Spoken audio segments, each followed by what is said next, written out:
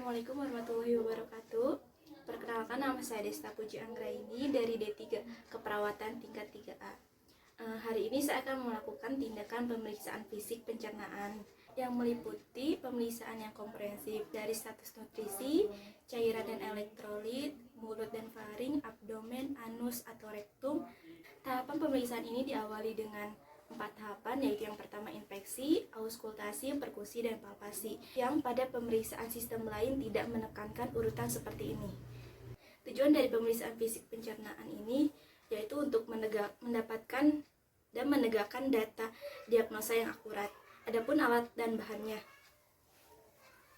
yang pertama ada handscoon, stetoskop, handscrub, ada pen light, serta ada gula, garam, dan kopi untuk mengecek pengecapan lidah pasien. Halo, selamat pagi Pak. Pagi Bu. Apakah benar dengan Bapak Budi? Betul. Perkenalkan, saya perawat Desta. Hari ini saya akan melakukan tindakan pemeriksaan fisik pada sistem pencernaan Bapak. Tujuannya itu untuk mendapatkan dan menegakkan diagnosa yang akurat. Apakah Bapak bersedia? Silakan. Tindakannya kurang lebih 10-15 menit ya Pak. Iya.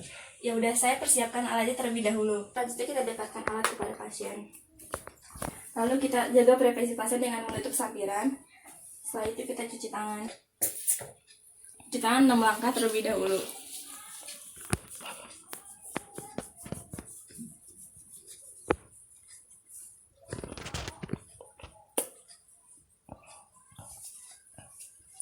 Setelah itu kita memakai handscoon bersih.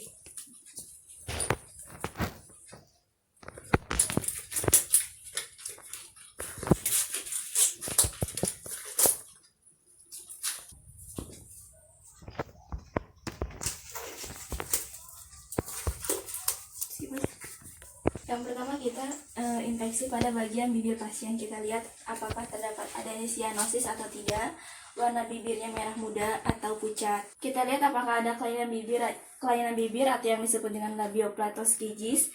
Lalu ke bagian kita palpasi di bagian bibirnya. Maaf ya Pak ya, sakit tidak? Tidak. Kita palpasi dengan apakah ada nyeri tekan atau tidak. Lalu ke bagian gusinya. Bapak buka mulutnya, lihat gusinya. Kita lihat gusinya, apakah warnanya pucat atau tidak, apakah ada pembengkakan atau tidak, ada peradangannya atau tidak. Lalu ke bagian giginya, kita lihat kerapihan giginya, apakah pasien memakai gigi palsu atau tidak, apakah ada karies atau karang giginya. Selanjutnya kita ke bagian lidahnya, kita lihat bagian tongsinya dengan menggunakan fine light. Bapak lidahnya bisa dikeluarkan keluar, kita lihat sambil kita fine light. Apakah ada pembesaran tongsil atau tidak. Nilainya itu ada T0 sampai T4. Nah, T0 ini bila sudah dioperasi, T1 itu ukuran normal yang sudah ada, lalu T2 itu ukuran tidak sampai garis tengah. T3 itu pembesarannya sudah sampai menuju garis tengah, lalu T4 itu pembesarannya sudah menuju ke sampai uvula tongsilnya. Setelah itu kita periksa bagian pengecapan lidahnya dengan menggunakan ada gula, garam, dan kopi. Kita taruh di bagian lidah pasien untuk merasakan pengecapannya. Bapak bisa duduk. Bapak, saya akan menaruh gula, garam, dan kopi di lidah Bapak ya. Iya. Nanti Bapak ucapkan apakah rasa dari masing-masing ketiga ini. Yang pertama kita taruh bagian gula di depan lidah pasien. Bapak lidahnya dikeluarin, taruh di ujung bagian lidah pasien. Apa rasanya? Manis. Yang kedua, lalu kita menggunakan garam, ditaruh di bagian samping lidah pasien. Keluarin Pak. Rasanya apa? Asin. Selanjutnya kita dengan menggunakan kopi. Kopi ini kita taruh di bagian tengah dalam lidah. Masuk. Rasanya apa Pak? Manis, pahit. Setelah itu kita menuju ke bagian leher. Di leher kita minta pasien untuk menelan. Sambil pasien menelan, kita tekan bagian lehernya apakah ada pembengkakan atau tidak. Bapak, mohon maaf ya. Ya. Pak, coba menelan. Tidak ada nyeri tekan ya Pak ya. Iya. Setelah itu kita ke bagian abdomennya. Bapak bisa tiduran lagi. Selanjutnya kita periksa ke bagian abdomen pasien. Bapak bisa bajunya diangkat sedikit. Kita periksa bagian abdomennya ya Pak ya. Ya. Maaf ya Pak ya. Ya. Kita lihat bentuk kesimetrisan abdomennya apakah datar, membuncit atau menonjol. Setelah itu kita lihat umbilikus atau pusarnya itu menonjol atau tidak. Jika menonjol, kita laporkan dalam bentuknya seperti apa dan letaknya bagaimana. Lalu setelah itu kita lihat apakah adanya massa atau tidak, ada lesi atau tidak, ada benjolan atau tidak di bagian abdomen pasien. Lalu setelah itu kita auskultasi abdomen pasien di masing-masing kuadran. Ada 4 kuadran, yaitu ada kuadran 1, kuadran 2, kuadran 3, dan kuadran 4. Kita auskultasi dengan menggunakan stetoskop.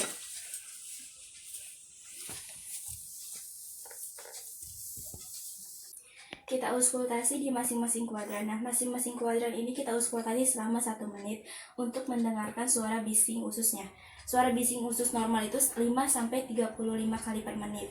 Yang pertama kita auskultasi di bagian kuadran 1 selama 1 menit penuh. Periksa ke bagian kuadran 2 selama 1 menit penuh. Lalu ke kuadran 3. Yang terakhir ke kuadran 4. Setelah selesai kita beritahu hasilnya kepada pasien. Bapak, suara bising ususnya normal ya Pak, 10 kali per menit, tidak ada kelainan. Setelah itu kita perkusi bagian abdomen pasien. Diperkusi sama seperti di auskultasi pada masing-masing kuadran. Kita perkusi dari kuadran 1. Maaf ya Pak ya.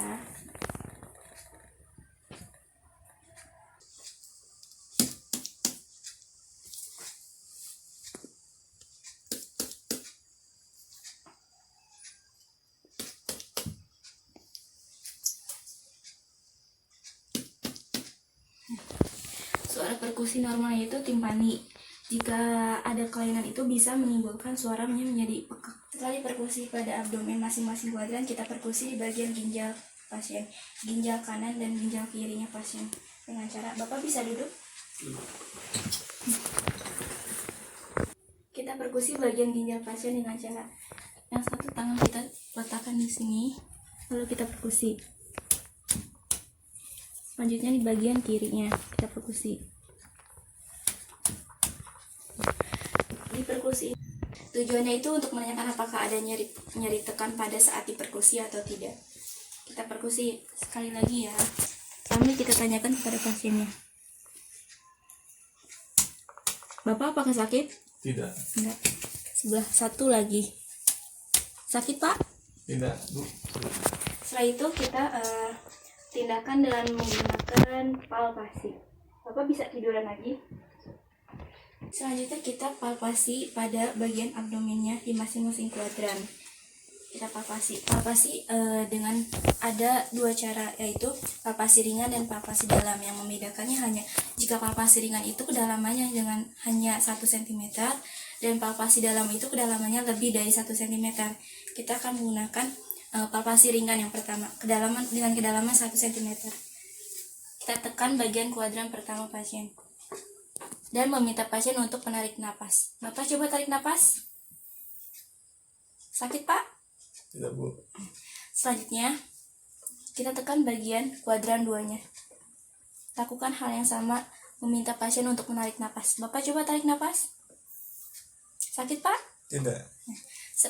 Lalu ke kuadran 3. Minta pasien untuk melakukan tarik napas kembali. Bapak coba tarik napas. Sakit Pak? Tidak, Bu. Lalu yang terakhir ke kuadran 4. Bapak tarik napas. Sakit Pak? Tidak. Nah, lalu kita ke bagian hepar atau hati pasien. Bagian hatinya kita palpasi. Kita palpasi di bagian hepar atau hati pasien yang ada di kuadran 1. Dengan cara kita tekan dan minta pasien untuk menarik nafas. Kita tekan ikuti irama pasien saat menarik nafas. Bapak coba tarik nafas. Kita rasakan apakah ada pembesaran hepar atau tidak, apakah ada nyeri tekannya atau tidak. Bapak nyeri? Tidak, Bu. Tidak ya. Kita palpasi di bagian lien atau limpa pasien yang ada di kuadran 2 dengan cara 2 binual dengan menggunakan 2 tangan. Yang pertama, tekan kiri perawat menyanggah tubuh pasien. Lalu tangan kanannya letakkan di abdomen bagian kuadran 2. kita tekan dan kita rasakan apakah ada pembesaran lien atau limpa. Kita tekan secara halus dan hati-hati karena akan mengakibatkan dupul lien atau trauma tumpul pada abdomen.